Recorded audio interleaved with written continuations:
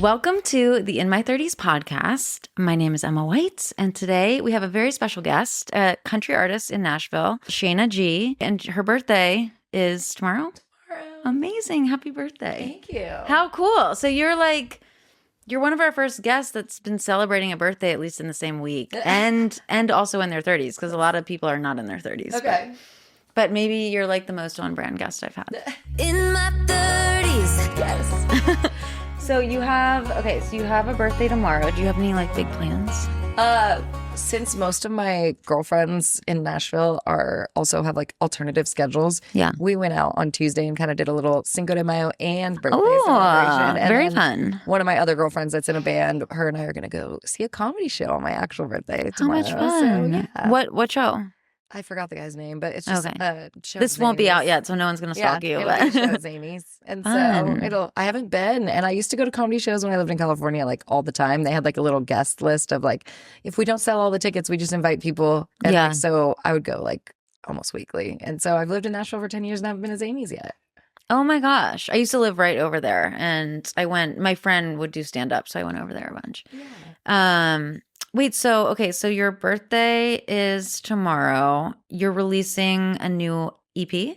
Just a song. Just a song. Just a Okay. song, You have a yeah. new I song just coming out. Okay. released, my first EP in 8 years. Wow. In March. So that was my only full project I'm doing this year, but I'm going to be releasing songs pretty much every month the rest of the year. Amazing. Wow. Okay. So you've been in Nashville 10 years. So we're obviously just getting to know each other. So why don't you walk me through like how you got into country, how you got to Nashville? What's your like musical beginnings? Where did they start? I started playing guitar when I was 5. When my parents got divorced, my mom didn't want me and my siblings to just like mope around. Mhm. And so she tried to get me into sports. I played one softball game. I hit the ball and went and ran and got it. Mhm. And she was like, okay, sports are not for you. And my brother's 7 years older than me and was already in a band. So Okay. he had a guitar laying around the house. He's a drummer, but he always had band practice. So there was a guitar laying around the house, and that was about as big as I was. Yeah. And my mom found a guitar teacher crazy enough to give a 5-year-old guitar lessons. And that's kind of the only thing I've ever known is music. And oh my so gosh. I did my time in LA playing around the scene, played my first show when I was 6. And you're born and raised in LA. Yes. You are a unicorn. Yeah. That's what people say. But Yes. so like, was that crazy growing up there? I didn't think it was. To me, there's no other thing. But when I moved to Nashville and met a bunch of people that were raised in the South and the Midwest and whatever, Yeah. our stories of growing up, especially being a teenager, Yeah. are very, very different. I My bet. teenage life was kind of like that movie X with all the big parties and stuff like that. And I grew up kind of in the same circle as like the Laguna Beach people and like that kind of stuff. And so I Wow. went to a lot of parties with a lot of celebrities and a lot of whatever, but that was just normal for me. And I didn't Mhm. realize until I moved out here that wasn't necessarily a normal upbringing, but Yeah. I wouldn't have it any other way. It was kind of my story. And That's you know, crazy. just The daylight just shifted like crazy in here. That is wild. Like I feel like where I was growing up, I would have died to like go to a party with a celebrity when I was younger. That would have been insane to me. it was just normal. it was when normal. I've smoked weed since I was like 13. Okay. And I went to a party when I was 18 or 19 that Snoop Dogg was there, and he walks over and just like passes the blunt around like our group and like whatever. And it's just like, that was just, it wasn't like a starstruck thing. It was just, those are people. That's just what it And, was. like, Yeah. It's just like kind of a, and since I played music, I've just always was around that kind of stuff. And so it was definitely cool. But Yeah. I didn't look at it as weird back Because then. it's all you knew. So Yeah. of course it's not going to be weird. Yeah. Okay. So you're playing guitar since you're 5. Then you start playing out. Yeah, And- I had my first show when I was 6, like I said. That's from the crazy. music shop that like I grew up in, and Oh, okay. at like 8 or 9, or 8, I had my first like outside the music shop band, and we were called Spoiled, and we were a 3-piece girl band. Oh my gosh. That was we were like 8, 9, and 11, and like we were all multi-instrumentalists at that point, and we would like switch instruments on certain songs and like whatever, but we mostly like busked down in San Diego, which sounds so crazy that you would drop 3 little girls off, and like one of the girls' dads lived in San Diego, and he would drop us off in Hillcrest, and we'd busk all day, and he'd go to work, and then he'd come back and get us at the end of the day. We'd make money, so we'd go to like the restaurants around there and get like lunch and like whatever. But Oh my like gosh. I said, it's just stuff that like sounds so insane now. You would never drop your kids off by themselves. They would end up abducted. Yeah. But we just like did it and whatever. And that band lasted for about 3 years before then in junior high having like guitar club and people I jam with, and in high school had high school bands and always played kind of rock music, rock singer songwriter, whatever. And then after high school just kind of gravitated towards country music, and I tried to deny it as much as possible that like this isn't country.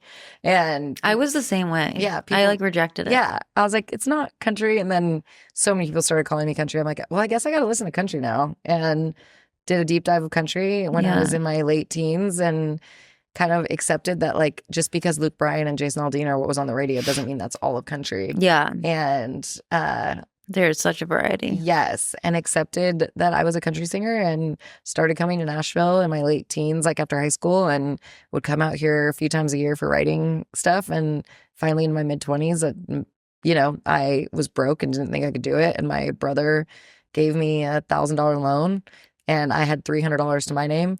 And it was enough because my rent was only $400 when I moved here. It was enough to get started move down here, start getting gigs on Broadway. And I paid my brother back in about a year, and have never looked back. How cool. I can't believe we're just meeting now. Yeah. You've been here 10 years. You know? Yeah. Now we're friends though. So now Yeah. I go hang out at Red Door. Yeah. Well, I haven't been there in ages, but it was like when I first got to town, I was at Red Door all the time. Oh, that's tale as old as time, baby, right? Yeah, That's but why then you network. then like I always say, after COVID happened and everything changed. And I stopped doing things, stopped going places. Like I was such a social butterfly, and it has been really hard for me to get back to that. I don't know. I guess it's just everything changed. And Yeah. okay, so that's a really interesting backstory. I was not busking at 8 years old. I was like singing the national anthem places, but not busking. That's pretty impressive. But yeah, same thing with country. It was like, for me, I was like, no, I do R&B music. Like I don't do country. And they're like, this sounds pretty country. Sounds good, yeah. So that's so cool. So it kind of, because I always say like the country dream grew on me, but I was following the signs. So that's really Same. Sometimes you just gotta let life take you where it Yeah. wants to take you. And like I've truly fell in love with it. And I grew up riding horses and living the life. Yeah. And so it's like, and I've had a lot of hard things happen in my life from a very early age. And I've always persevered through music and told my story through writing songs, even though like obviously the songs I was writing when I was a little girl were not the same as what they are now. Yeah. But I've always put my emotion into that, and that's always kept me sane. Yeah. And that's what country music is talking about the life. Yeah. So, okay. So I saw you have incredible like streaming numbers and socials and all that. So your biggest song you said was Ghost. Yes. So if you guys are not familiar with her song Ghost, go check that out, because that's probably what people know you most by. Do you think? Yeah. Okay. I mean, everything else has kind of grown after. Yeah. Because that song allowed me to acquire a bit of a following. Yeah. I always say it's nothing to write home about, but it feels good to have somebody tell you that. But Yeah. you know, if you're always on the inside, just like, I need more, you know, whatever. But yeah, Ghost, I wrote that song. I started writing that song in 2015 when I still lived in California. And in 2019, when I was going into the studio, I was going through my voice notes and like, are these the songs I really want to pick? And that song, I had only written the verse, well, you got the touch of no, I had only written the chorus. The time passes slow and there's nothing to say, and it was at the time, that damn 101 has been backed up for days, and you know, whatever. And that whole chorus was in there, and I was like, it was 3 days before we went in the studio, and I felt like I was in the exact same place that I was when I wrote that, because that was written about a 7-year relationship I was in that I knew was over because we were on the 101 freeway for 3 hours and didn't say a single word to each other. Oh, wow. And I was in a relationship where and that was a 7-year relationship. I left when I moved here, and I was in a 4-year relationship already living in Nashville, and it felt like it ran its course and I wasn't leaving. And so it's so easy. I finished that song in 5 minutes. I texted the voice note to the engineer who happened to be the boyfriend at the time. And No. he was like, this song is so good. Yeah, we absolutely have to cut this in this, whatever. And after we recorded the song, I ended up breaking up with him like a month later because I knew when I wrote So the whole that. time you knew it was about him. Obviously, you wrote was it. a mix between the two Oh, relationships, okay. but they were in the same place. And Yeah. he didn't know the song was about him. But it was, I went in the studio just knowing like this is it. Everyone I date thinks every song's about them. They are. And I'm like, and then they like use the songs against you. And they're like, you know how you have that song? And I'm like, I'm not even Taylor Swift. And you're saying this to me. Like, it is funny. Sometimes it does reveal itself to be that way, even if you don't mean it that way, though. Because like I wrote a song called Tears in Texas about 2 months ago now, right before my now ex, we broke up about 6 weeks ago, left me in Texas. And the story is almost exactly the same as the song that I wrote. And I was like, I called my sister when it clicked in my brain. And I was like, did I manifest this?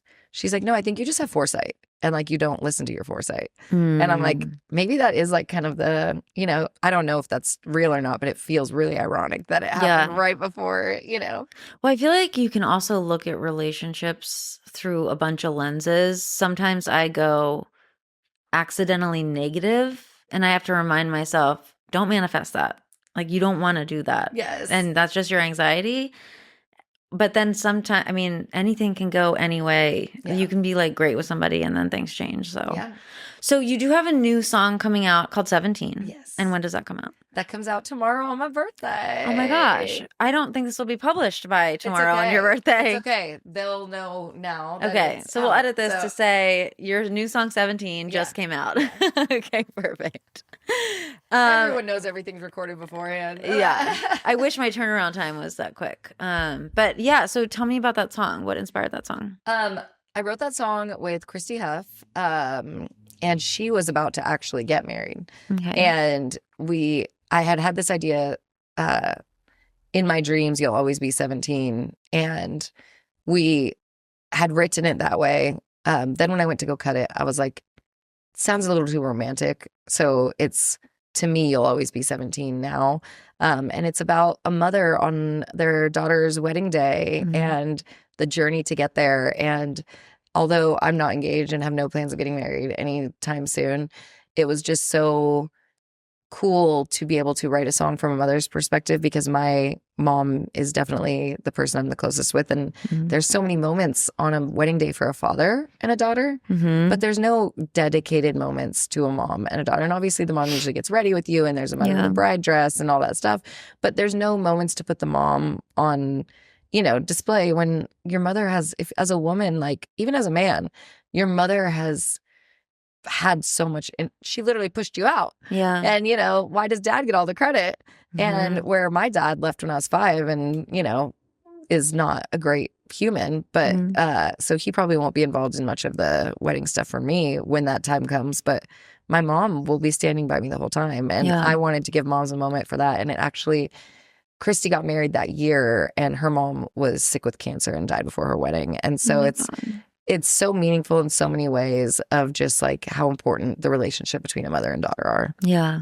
And we all bicker with our moms. Yeah. But that's the great thing is we can bicker and then be like, okay, mom, I love you. And maybe you were right about this, but you're wrong about everything else. Oh my God. I have a song about fighting with my mom basically. But I mean, especially I feel for people that don't have a close relationship with their either parent, but with their mom, like especially on TikTok, like I'll see a lot of people sharing that, and that's really tough. It's so tough. I'm so glad that I have a great relationship with my mom, and yes, we bicker, and yes, she'll call me. I'll be like, okay, mom, because my mom's one of those people like, I have this idea for your music career. I'm like, okay, if it was that easy, I'll just call Taylor Swift and open for her. Yeah. Oh my gosh, it's too good. I mean, it's a mix of like for me, my mom getting equally as frustrated with the music industry, and then being my biggest supporter, and like it's just funny. My one friend Sarah is a comedian who I told you like performed at Zanies. She was doing this, posting these things about how her dad will recommend career options for her that are not music. And like, I related to that so hard the other day because my mom called me and she's like, you could work at a garden center. And I'm like, what on earth? She's like, I think that you would like this garden center. I was like, Mom, what are you talking about? It's just, that's how parents are. That's how They like to tell you every fleeting thought. My mom now Yeah. calls it her shower thought. She's like, I had a shower thought today. Yeah. Just hear me out. Yeah. I'm like, I'll hear you out, but A shower thought. I know. I used to get offended by everything. But now I just think it's funny. I think as we get older, we get a thicker skin where it's like, okay, I know you mean well. Yeah. I'm going to let you, I'll entertain your thought, but that's about all. Like, Yeah, it's kind of like if someone says anything to me, I would take it as truth and really lean into it. And I've realized, I don't have to do that. Yeah, totally. Anyway, okay, so that's so cool. So that song just came out. And are you playing any shows in town or out of town lately? I am. Okay. I am playing at the Basement for the first time on Oh my gosh. June 28th. My buddy Garrett has his album release party, and I'm playing with him. And the last time that we Fun. played together, we played at Five Spot like 2 years ago, and it was so wonderful. So we decided to do like a repeat of it. And him and I write together.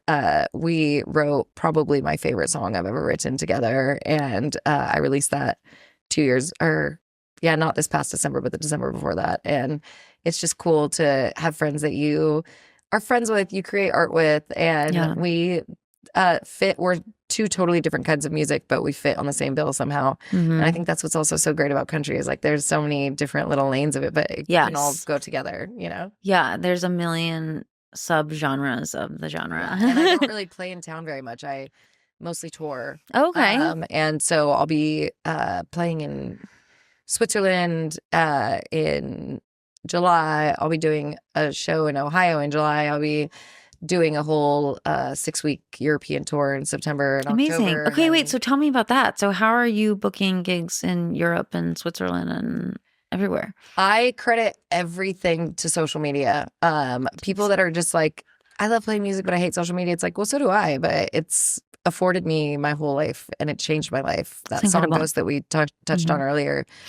In 2022, I was a really late adapter of TikTok, and I got on TikTok, and in about 2 months of trying all the trends and doing the like get ready with me and blah blah blah, I'm like, nobody wants to see someone that's 30 doing that stuff. They want to see little 20 something year olds doing that stuff. And I finally put my song Ghost on there, and the first time I posted it, it got 60,000 views, and I was like, everything else was getting like 200. And it, you know, I immediately got to like 40,000 followers, and I was like, this is crazy. Then posted it again, and it got 100,000, then 200,000, then 500,000. Then every video I posted of it would get around 1 million. And Oh my gosh. it was like, oh, Wow. I'm not these other girls. That's their lane. I need to stay in my lane. And my lane is music, and my lane is my songs. I'm not very good at storytelling. I'm not very good at I've done the same makeup routine for 10 years. I'm not, you know, So you were doing varied content, like Get Ready With Me, kind of the trends creator. and, whatever the thing that TikTok said do that week is what I would try for like 3 months. Yeah. And it did only take 3 months for me to finally like dig through, because back in that time, we were still on the Instagram thing of like photos. So I didn't have a lot of videos of my music. I know. And I had to like dig through, and I found a music video that I did in 2019 before lockdown that I didn't even really finish. And I just started posting clips of it, and that's what popped off. And then I worked with Country Rebel quite a bit back in the day, and I had some acoustic videos that I literally just screen recorded off of YouTube and posted. And those are what really blew up. Was I realized people just wanted to hear me sing. I needed to just shut up and sing. Which I have that internal conversation all the time where I'm like, why did I just post that? And I even with stuff I did a week ago, I'm like, you're a singer. Why are you posting like what I eat in a day or whatever? And I think because I see how the creator model for socials can also work for an artist. And I like to do varied stuff. That's why I have a podcast. Like, I like to do everything, but then I laugh at myself because I'm like, just sing. Like, what are you doing? And I think that there is something to be said about like, if you are good at talking, if you are good at that, then like that's what's going to be interesting. But because like I had a girlfriend that she popped off on TikTok and she's one of the best singers in all of Nashville. And what popped off on TikTok for her was not music. It was her get ready with me to go play a gig on Broadway. How funny. And so I did copy her for a minute, and it just didn't work for me. And it's like, I couldn't tell you why it worked for her and not for me. Mm-hmm. And then she started posting her music and it didn't get as many hits as her stuff. And so it's just like everyone is, but and I would 100% say she's a better singer than me and whatever. But for some reason, my stuff doesn't do well if it's my, and I think I dress cute, but it just doesn't connect with my audience the way that my music does. And so I'm just going to keep doing me and everybody should do them. Yeah. I think it's all a part of building the world visually, I guess. If you want to try different stuff, that's how I frame it to myself. I'm like, if you want to do an outfit of the day, do it. But make sure the main thing comes back to the music if that's what you want to do. If that's yeah, exactly. Because now that I am bigger on TikTok, people do want to see a day in the life and want to see. And I have so many things in my phone where I start filming them and never finish it. So I'm so bad at like the follow through with that kind of stuff. I'm like, I am not good at this. I'm good at music, and so that's what I'm gonna do. Yeah, that's awesome. So do you have any tips for social media for people, like in terms of music wise? I wish that I did. I think it's all random. I think do you do like an intro or do you just sing the song? Both. Okay. I've done both ways. My hooks, I usually do have like a 5-second before the lyrics start, and I'll put a hook on the screen of something relatable. And you always want to talk to the audience and not make it about you. And so like my one that for Ghost that ended up working was, have you been in a relationship where you both know it's over but neither person wants to leave? And that so many people have been everyone has been in that relationship because you put so much time into something, it hurts to see it end, and you don't want to admit that it's over, even though you know in your heart of hearts that it's over. And so that's something so easy for people to connect with. But then my song Rooster, which is my second most popular song, it just starts with howdy, let's get rowdy at the beginning, and then it says, hi, I'm Sheyna G and this is your party song. And it's just like, that is nothing that worked too. Exciting, but you hear the howdy, let's get rowdy, and you're like, what is this? So and that has 11 seconds in between the howdy, let's get rowdy and the lyrics start. And people will stick around for that 11 seconds for some reason, which they tell you to do like 3 to 5 seconds and get to the music. But there's no rules. It just sometimes it works and sometimes it doesn't. And so I wish that and in 2022, social media was just different.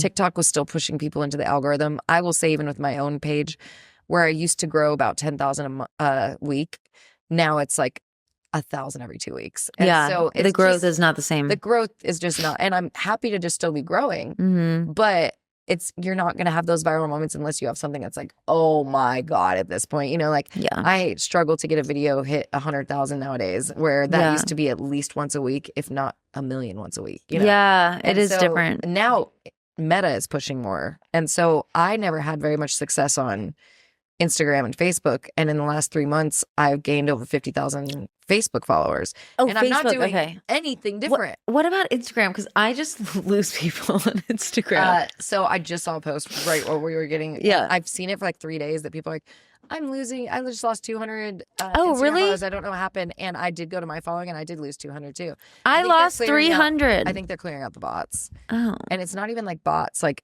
I've never bought followers. Yeah. Like, it's just inactive accounts, or there are tons, like I know on just for me, who I have 300,000 on TikTok. That's nothing to write home about. Like, I have friends that have millions, but I do get like, for just me, I get 10 fake me accounts every day. Oh, wow. And so it's like people trying to scam people. And I get people that are mad at me, that are my fans, that are like, you were talking to me on WhatsApp and you just stopped once I gave you money. I'm like, you didn't give me money. You gave some bot money. It's like, if you want to give me money, and this goes to everybody out there, if you want to give me money, my Venmo is in my link in bio. Don't be fooled by the bots.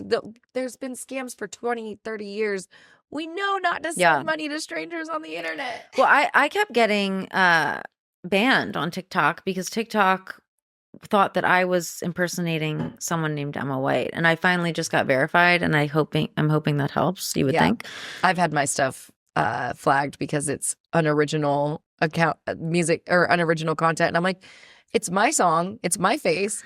I filmed it on a professional camera. Yeah, this is not ripped off of anything. So it's all an AI algorithm. Yeah. The computers don't know. So do you film yourself the most, or do you have other people film you? No, I do not do my own. Okay. I have a professional content day at least once a month, if not twice a month. And So smart.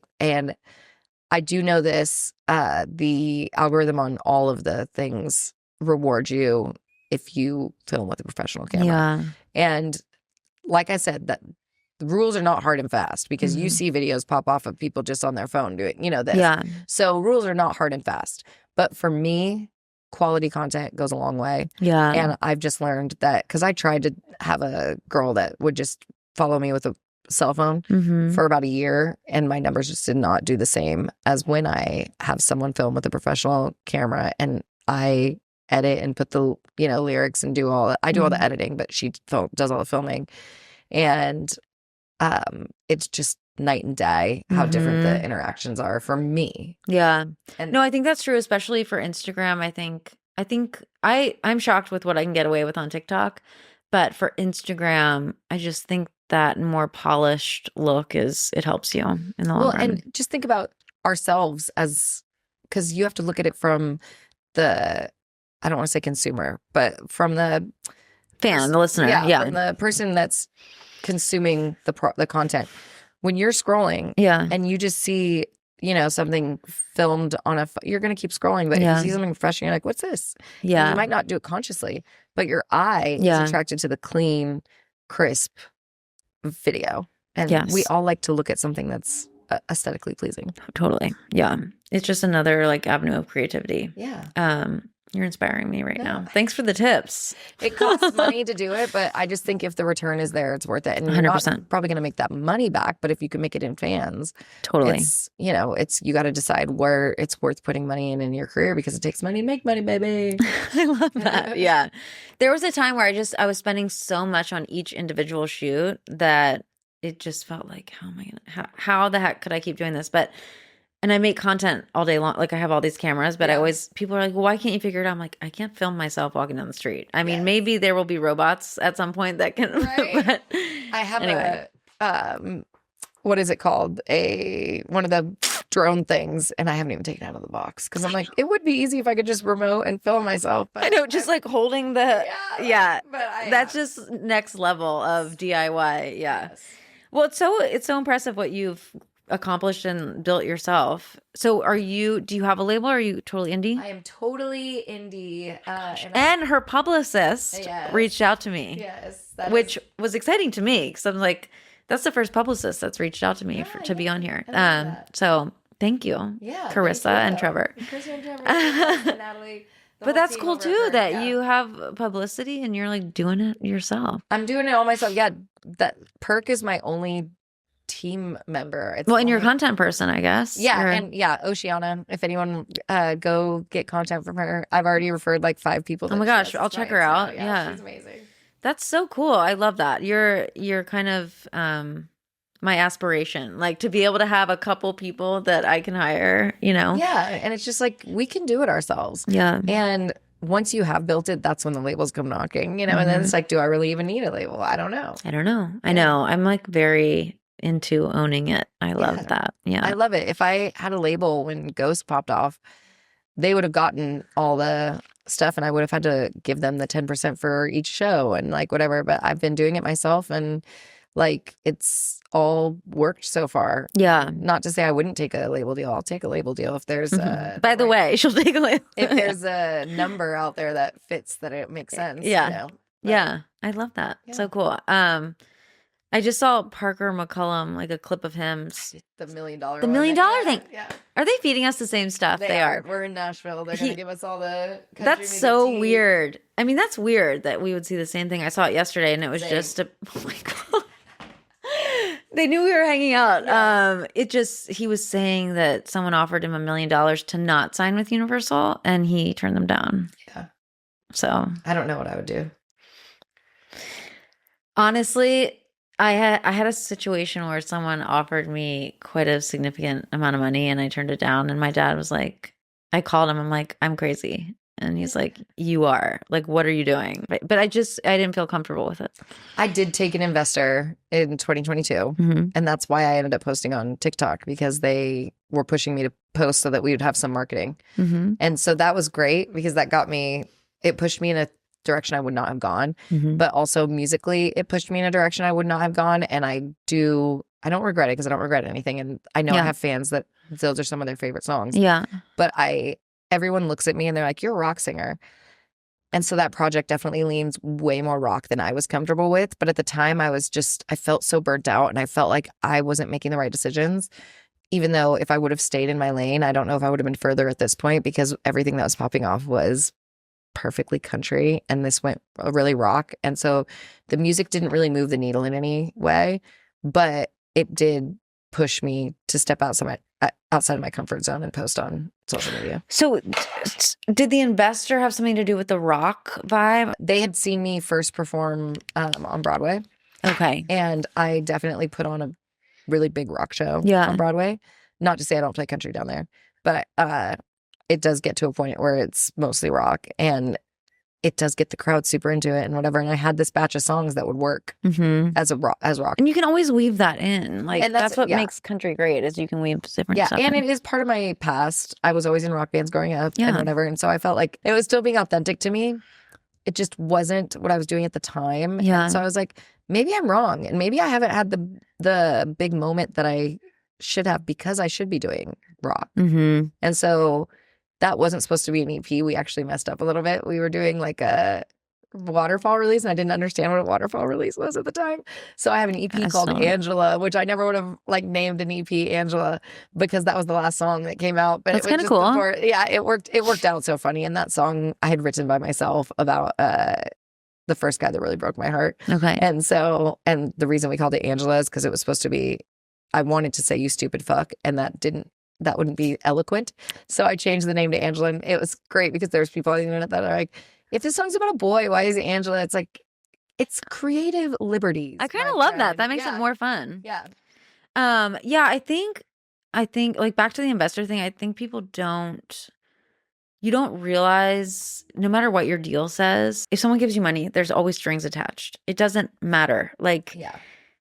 And it also doesn't matter what you're, in my experience, you think like the deal, everything in there is going to be followed by the law.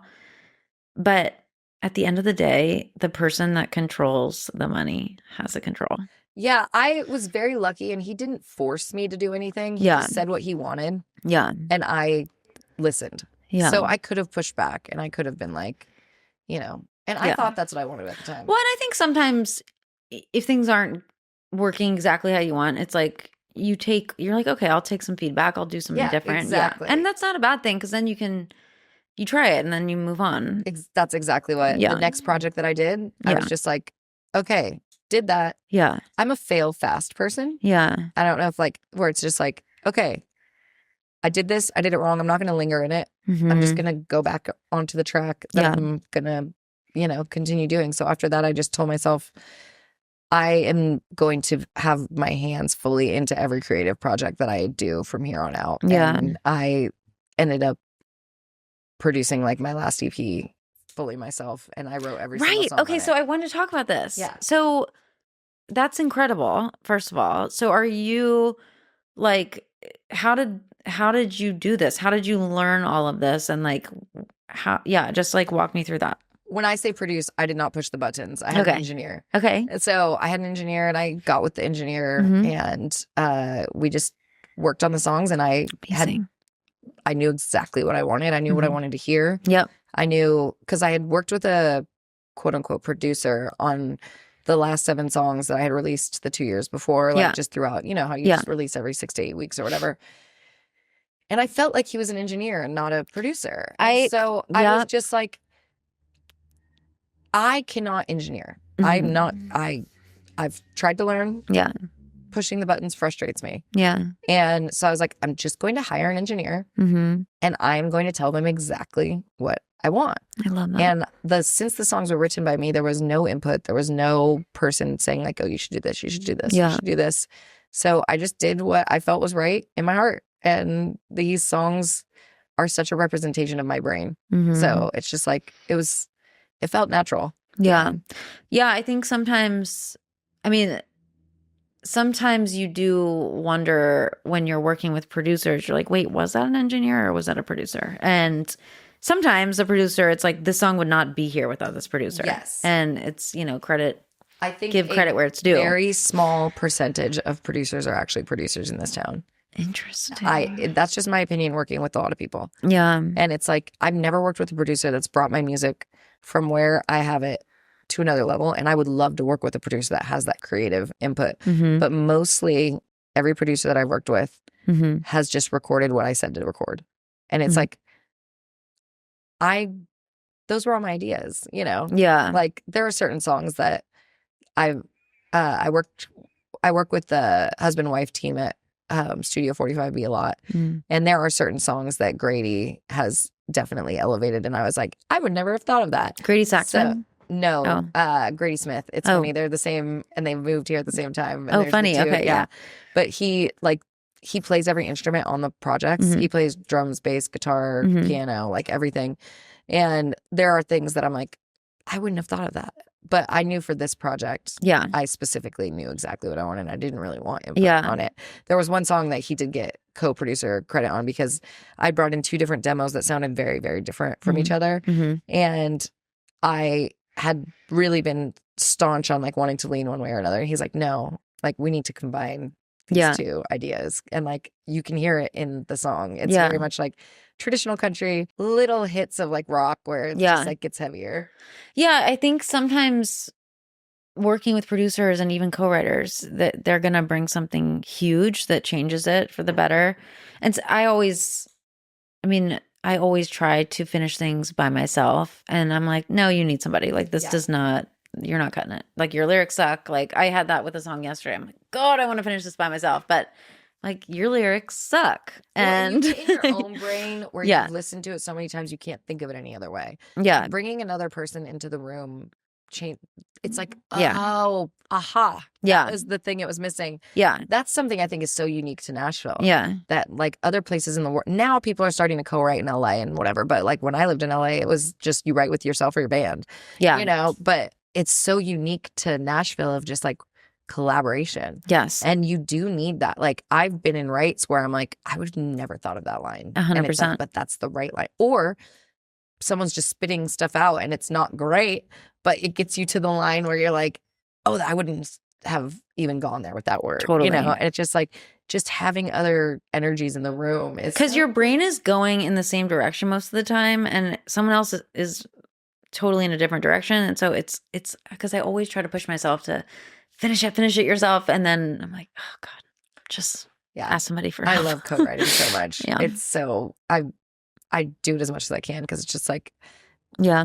learning how other people work also is so cool. And I love the people that have never co-written will never get this, but like the first hour where it's like, hi, we just met. Here is my deepest, darkest secrets and everything that has ever happened to me in my entire life. And it's just like, it seems so personal, but for us, it's like business. It's just like, you have to know me to write for me. It is the only scenario where you like within 5 minutes of meeting someone, they'll like learn way too much about you. Everything. Yeah. I almost feel like we should have like warm up. There should be like a warm up, like do a podcast and then write a song. Right? Like you really get to know each other. That's actually not a bad idea. My yesterday, we had 2 hours of shooting the shit before we even got started.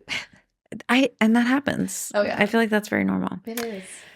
Well, gosh, I feel like we just had a convo and I'm like, I don't even know. Was there anything else I had to ask you? I'm going to ask you other things, but I'm just thinking is there anything that I'm missing here? It just flowed. It just flowed. Okay. So we were talking about dating in our little pre-chat.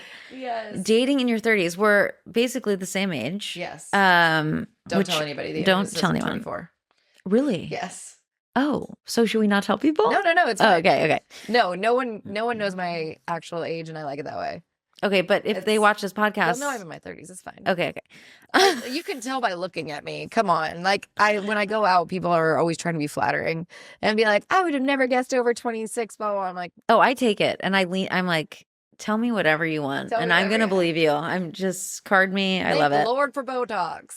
And when I was younger, I always hated that people said I looked younger when I was younger because I was the shortest kid and the latest bloomer. And so now I'm like, maybe this could work in my favor. I don't know. I've never had that. I had a fake ID at 16 and everyone always thought I was older. I Oh look my at pictures gosh. now back and I'm like, I looked like a child. But Yeah, at the I time. took it at, back then. Oh my And gosh. Yeah, I had the opposite problem. But so yeah, okay, so dating. So you've been here for 10 years. You've been in serious relationships here, or at least one. two Two. very serious relationships, a 4-year and a 6-year. So but you're single now. Are you like on apps or So 6 weeks ago, Mhm. my 6-year relationship, he left me in Texas in the middle of the night. Flew That's home. a song. Yes, and it will be a song. Everything I write, everything that happens to me, I write in a song because my life is literally a country song. But he had broken up with me once before. Okay, wait, can I just interject? Yeah. My Life is a Country Song is this. That should it's be on the my EP. Oh, it already is? Yeah. I'm like, that's the song. yeah. So you've already written Yeah. it. Amazing. I've been good and I've been wrong, lived life like a country song. Oh my Fell gosh. and landed on my knees where I begged the Lord for mercy. Oh my gosh, I love that. But he had dumped me once before and I was like, I'm not going to date. I'm going to find myself and blah, blah, blah. Well, me finding myself last year was just because I wasn't dating. I went right back to him as soon as he asked. Yeah. And he's always the one that leaves me and always the one that begs for me back. And I this time was just like, I need to date if this relationship needs to be over. It's been 6 years. You know who somebody is after 6 years. I was madly in love with him and thought he was my person. And he always wanted me to do something different and kept moving the goalpost. When I'd accomplished something, he'd move the goalpost a different way. And I want someone who wants me for me. I did just get on one app. Okay. It's been interesting, and everyone knows I'm kind of like that. I'm very upfront with people that I just got out of a relationship, and Yeah. I'm not stopping myself from letting something happen. Yeah. But I'm also trying to find somebody who's okay with me as I am. Yeah. And meet me where I am, and I'm not a project. I have nothing. I have a great career. I'm very happy with my life, and I want somebody that wants to travel with me when I get to go on all these cool shows. I want somebody that wants to go to the events with me, that wants to be part of my life. And I'm a big outdoors person. So like go on hikes with me and do that kind of stuff, but be okay if, hey, I went to an industry event last night. I got a little drunk. I'm going to sleep until noon today, which isn't my normal. I usually wake up at 7, go for my morning walk, do a workout, whatever. But there's days when I don't feel like doing that. And so he would critique that. Yes. And it's just like, it's very hard for especially men to be with somebody who has a life and is happy with that life and has passion. And I've always experienced that, where the thing that they fall in love with me over is my passion, but then it becomes the thing they leave me for. You are speaking my language right now. They can't handle it. And because most women our age are ready to settle down and have kids. And that's just never been on my radar. I don't want kids. And I have nieces and nephews that I absolutely adore. And I adored my ex's nephews and their family. And I love family life. I'm very close with my family. That's not the route I'm taking. Yeah. In my Gosh, own life. it's so refreshing to hear your point of view, because it's not one you hear all the time. Yeah. I go back many and of us. no, but I always said I don't want to get married, but things have changed for me where I do want more traditional things than I realized, but I go back and forth. I think I've been guilty of not treating other people like a project, but I think because I've built resilience for the music industry, I sort of think, oh, I can make it work with anybody. And like we can make this work. And we're naturally charismatic. So it feels like you get along with everybody. Yeah. It's like this. I love love. I love so many people. Yeah. And so it's just like, oh, but confusing love of like as a person, as and romantic is so, because my 4-year relationship, we were amazing friends and we should have just stayed friends, because even now that we've broken up, like we get along and we could go grab a drink and it's not romantic. Mm-hmm. And I needed a partner at the time, and he was a great partner. But I looked at myself one day and was like, this isn't the person that I want. But Yeah. I've always wanted marriage. I just don't want kids. And that's also hard for people to understand. And it's like, why? It's like, I want someone that wants to be with me forever. Yeah. And that piece of paper really helps that to be like, and I want someone that wants to go on the adventures with me and not just be a stay-at-home fuddy-duddy. Yeah. Yeah. I think, I don't know. It's dating is hard, especially I think the older you get, it gets a little bit trickier to find people because you're looking for someone really specific. Not that it's impossible, but I was texting my friend last night. I'm on Raya, and are you on Raya? I am not. Do you want to be? I had signed up and then saw it cost money, and I was like, I don't know if I want to do that, but I also don't. It's a little bit. I don't want to. It's a mix of things. Okay. You match with people that are in similar creative fields, which is great. Yes, because you've already narrowed your search to not, the greater Tennessee area. It's actually like bigger than that, but it's people who might have things in common with you, which I really like about it. But then like people match and they just never talk to each other. And it just is like, I was texting my friend. It's like, if you already know people, then it's kind of a fun icebreaker to be like, oh yeah, I think you're cute. And then you talk. But if you don't know people and they live in a different state, nobody really talks to each other. That's crazy. I'm on Hinge, and which gets so much hate. I like Hinge. Yeah, but I did meet my 6th year off of Hinge. I have met people, yeah. Like, I am a person that gets out of the chat immediately, but because I'm so fresh, I can't date multiple people at a time. I know. So do you get hung up immediately? Well, no, I'll like, hey, I'm going on a date. If it's good, I'll go on a second date. Yeah. Date, as soon as I know it's done, and I'll move on to the next person in line. But people get frustrated that I don't respond for like 2 weeks, and it's like, hey, I didn't want to have multiple people at one time, and I'm like, I'm a one-man woman, and I can't date around like and feel good about it. Like, I like to focus on a person, see if it's a good match, and then go on to the next person, because I'm just like, that is a way I'm a little bit traditional. It's like, it feels icky. Like, I feel the same way. I had 2 things happen that are kind of total opposites, but this one guy, I didn't respond for 2 weeks, and he was like, are you always this busy? Is this going to be a problem? I freaking blocked him. I had the same thing. And I'm like, this guy's already doing this kind of controlling behavior with just one line. I'm like, you're out. And I felt like, oh God, I don't want to hurt his feelings. But then I'm like, no, I have no patience for and you that. Haven't met yet. Might as well get him. Because I know. I had a guy that I got the app after my relationship, and I got it kind of on a spur. Yeah. And then I had all these people match with me, and then got to like where you can't really match with people. So I was like, I'll start the conversation. Well, then I went on a date, knew that date wasn't good. So I went back to the people and like responded a few days later. Yeah. And he's like, 4 days, I'm dating intentionally. This isn't going to, work for me. And so, I just unmatched with him. I was like, this is not, thank you for weeding yourself out of that. And I think people, again, like, you have to go back. Don't catastrophize the situation, or don't manifest a negative thing that's not even happening. Yes. And I feel like people do that, and then they come off desperate, and then you aren't interested in them. Exactly. And I've had my account on pause pretty much since, whatever. And there's hundreds of people in the queue that I need to like go through, but I'm like, I'm not there right now. Like now I was busy the last 2 weeks. Yeah. I don't have time for a dude and I am busy. Yeah. So you can either fit into my life or move along. Like that's, and there was one guy that I was really excited to match with, and I every day I check, I'm like, has he messaged me? Has he messaged? And like, no, I'm like, I'm going to come off like the desperate chick.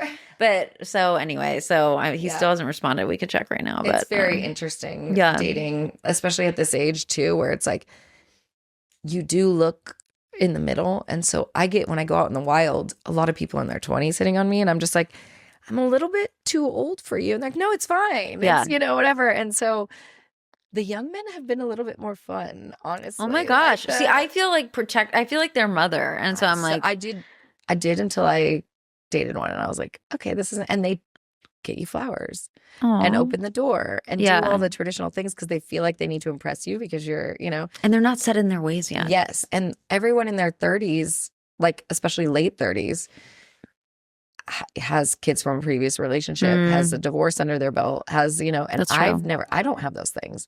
So it's like, I don't bring that baggage into a relationship. Like, maybe it's not so bad. Especially People I match with, I'm like, okay, I could be a stepmom. Like, maybe. I can be a stepmom if their kids are over like 10. I'm not raising no babies. I'm sorry. I don't want to raise my own. I'm not raising somebody else's babies. But if they're, if they have a nanny and they have older kids, like I could deal with that as long as, it doesn't. I don't want to be referred to as stepmom. The step thing, just call me something else. And I'm else. at the point now where we're only dating until I'm engaged because I did the whole girlfriend boyfriend thing. And I did that 3 times and I still never got a ring.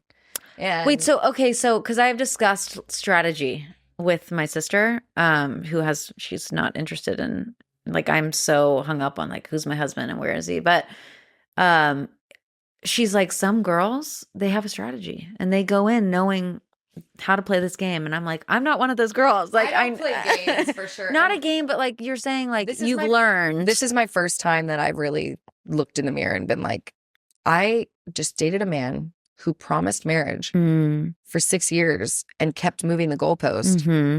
And I lived with him and I did that thing. I've lived with 3 different men and it didn't work out. I'm not moving in with somebody.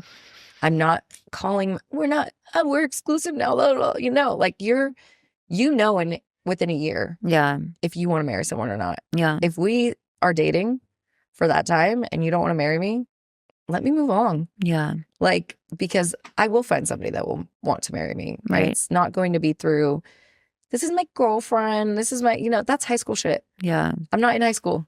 I'm not in college. Yeah. So would you not live with someone again? I would not live with someone until I was engaged. Because in my long relationships, that kept us together longer than it should have. Right. Because it's like, well, even divorced people end up living together for a bit. It's like, you have to go with the first time that me and my ex broke up, I had to live with him for another month because I had to find a place.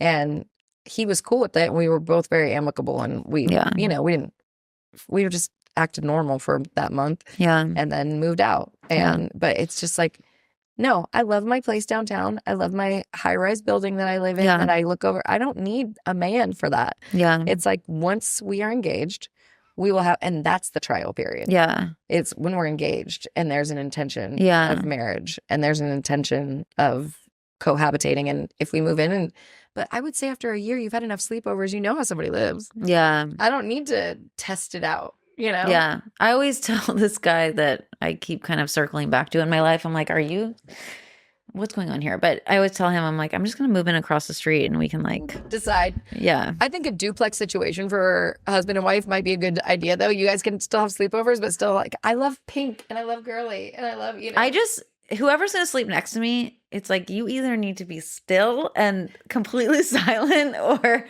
I need my own bed because I can't. I do love sharing a bed. I'm such a like cuddly whatever. That's but sweet. I sleep like a Disney princess and I sleep when I fall asleep, I go to sleep. Same. And whatever.